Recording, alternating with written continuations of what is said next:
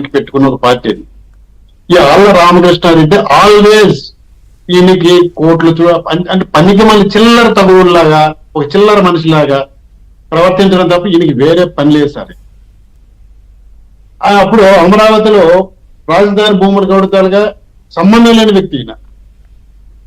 SC వాళ్ళకి మోసం జరిగిపోయింది అని చెప్పేసి అప్పుడు అలాగే పనికి మాలిన పంచాయతీ పెట్టాడు. ఇప్పుడు బ్రహ్మాండం జరుగుతుంది కదండి, కోట్లు ముట్టుకాయలేసి.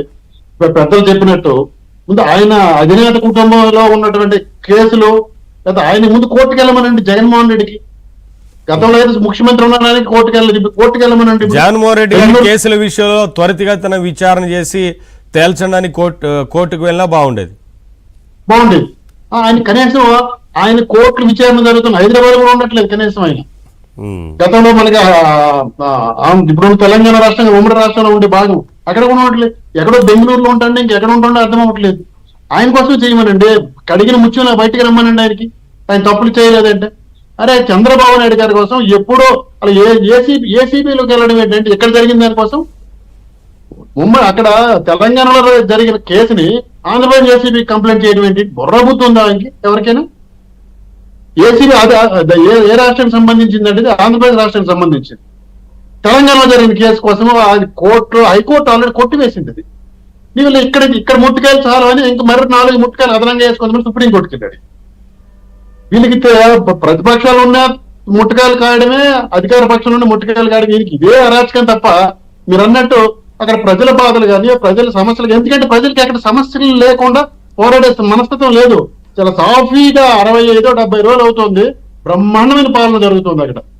చరిత్రలో రేపు జరగబోయేది గ్రామ సభలు, పంచాయతీరాజ్ సిస్టంలో ఫస్ట్ టైం జరుగుతుంది చూడండి. ఎప్పుడైనా జరిగిందండి? ఎప్పుడైనా వీళ్ళ ముఖానికి ఎప్పుడు పంచాయతీ నిధులన్నీ మింగారు ఈయన ఈ అధినేత వీళ్ళందరూ కలిపి. అది గతంలో ఎవరు పంచాయతీరాజ్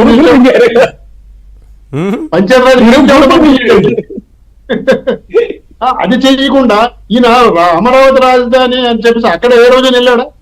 ఈ ఆయన పేరు కమలకట్ట కమలాసన్ ఇది అంటారు, కరకట్ట కమలాసన్.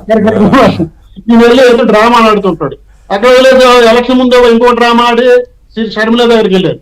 అక్కడ మళ్ళీ ముట్టుకెళ్ళి తప్పు మళ్ళీ ఇటు వచ్చాడు. అంటే అక్కడ రాజకీయాల్లో వారు అక్కడ నమ్మలేదు కాబట్టి సొంత గూటికి వెళ్ళినట్టు.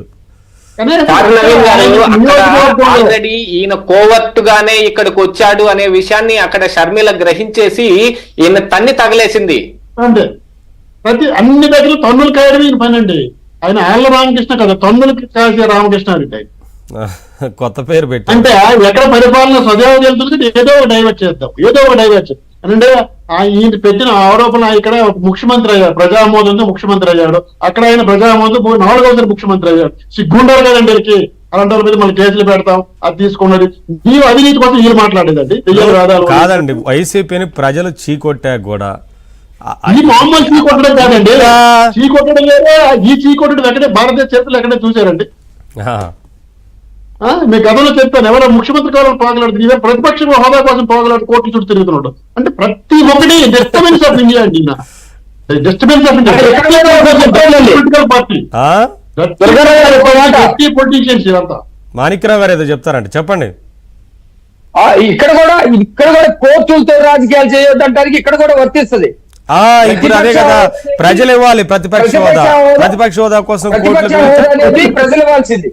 అంటే ఒక చట్టం ఉంటది, అసెంబ్లీలో ఇన్ని సీట్లు ఉంటే ఇంతలో 4వ వంతు రావాలనో లేకపోతే 15% రావాలనో ఒక చట్టం ఉంటది. ఆ చట్ట ప్రకారం వచ్చేటువంటి సీట్లు కనుక ఉంటే ప్రతిపక్ష హోదా వస్తుంది, లేకపోతే ఒక ఎమ్మెల్యేలుగా ఉంటారు ఒక పార్టీకి. ఈయన కోర్టుకి వెళ్తే కోర్టులో ప్రతిపక్ష హోదా ఎట్టిస్తారు? అక్కడ తెలుస్తుంది.